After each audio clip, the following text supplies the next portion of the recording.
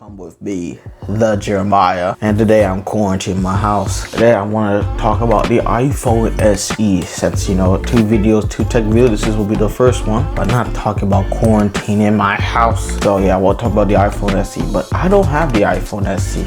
I only have the iPhone 7. So I did want to talk about if it's good to pick. Is it a good pick? But if you just bought a new iPhone 7 or a new iPhone, don't buy the SE. If you just bought it, like I just got an iPhone 7 like last month, so I'm not gonna buy it. It's only the specs that are higher, but it's the same size as this phone that I have, the iPhone 7. I'm not gonna buy it. Only the specs are better, and that's it. It's pretty much an iPhone 8, just with better specs, just upgraded systems, pretty much. But I didn't hear it. Since I don't really have the review, I want to show you a YouTuber that I'm gonna show you a whole clip of it from iDevice Help. You should sub to him. I'm gonna show you a whole clip of his video talking about is it good for you, the good and the bad about the phone. What's the good? What's the bad? So thank you for watching the video and put that clip on. So, before you see the clip, you thought I'm gonna say sub, like, hit the bell. I don't say that much no more. You already know what to do about that. But if you're a camera person, like to take pictures and all that stuff, photographers, you should upgrade to the iPhone SE because it is a very good phone. Other YouTubers have compared it to the iPhone 11 and the iPhone SE, and the camera shots are good. The only thing, the iPhone 11 HDR and 4K 60 on the front-facing camera, because of the iPhone SE only has 4K and 30 frames on the front-facing camera. But if you're a photographer that likes to do pictures, then you should upgrade to the iPhone SE. You should. Now on to the video, Hey guys, iDevice Help here. Welcome back to the channel. Today I want to talk about the iPhone SE second generation. Now I've used this device for 24 hours straight. I swapped out the SIM card from my iPhone 11 Pro Max to give you my true thoughts on the iPhone SE second generation. Now the first thing I want to talk about is portability and design. Coming from the iPhone 11 Pro Max, this is a large iPhone with the Apple Smart battery case on top. Is super battery pack on this one, so it's extremely light and portable. I enjoyed carrying this device around for 24 hours. I could barely tell it was even in my pocket. Another great thing about the iPhone SE that brought me back was Touch ID. Touch ID on this device, super fast, super snappy, nothing to worry about. It works in some cases even better than Face ID. Nowadays, we all have to wear a mask in public, and with Face ID, sometimes that can be a hassle. With Touch ID, no problem. Now, sometimes with Face ID, if I'm laying in bed, sometimes the Face ID camera doesn't read properly, it doesn't unlock the device, it's also a hassle.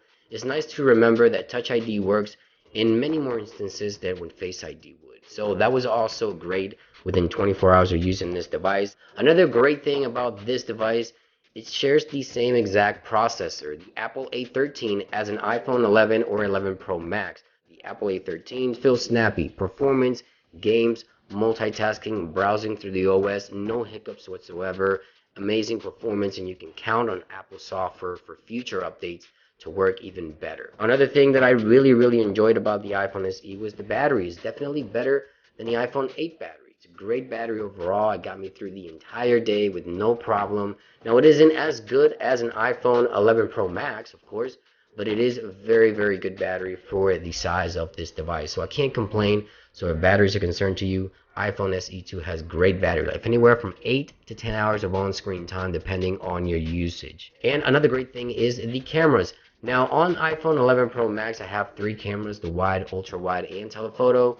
But to be honest, for 24 hours, I really didn't miss the ultra wide camera sensor on this one.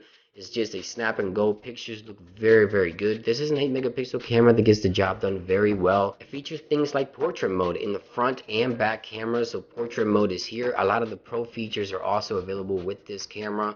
You also get the ability to change video resolution within the camera application as well. So the A13 is definitely at work here. There's only one thing I did miss from the camera of the iPhone SE, and that is night mode. So night mode is the new feature, of course, with the iPhone 11, where you can take pictures at night, and of course it is featured here on the iPhone 11 Pro Max, but it is not here on the iPhone SE. That's the only thing that I really missed from the camera. Other than that, Everything else works great. Now, what are some of the things I didn't like within 24 hours of using this device? Well, one of my main complaints about this device is what you see first, what's in front of you, the display.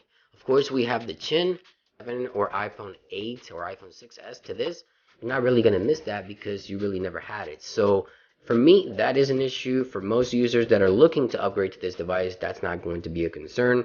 Another thing that was a bit concerning to me was the brightness outside. So using this device as a GPS system in my car, taking it outside to take pictures, the display wasn't as bright as an iPhone 11 or 11 Pro Max, so the nits are just not there. But most of my concerns have to do with software. Since I'm used to Face ID devices, gestures to swipe in and out of applications, to close applications and things like that, I really missed. But again, that's because I was using a Face ID device. But if you're coming from an iPhone 7, as I mentioned, or an iPhone 8, you're not really going to miss that because you never really had it. Now, having to tap the home button to go back home, having to double tap it to go to the app switcher, definitely feels a lot slower in terms of usability because, again, I'm using an iPhone 11 Pro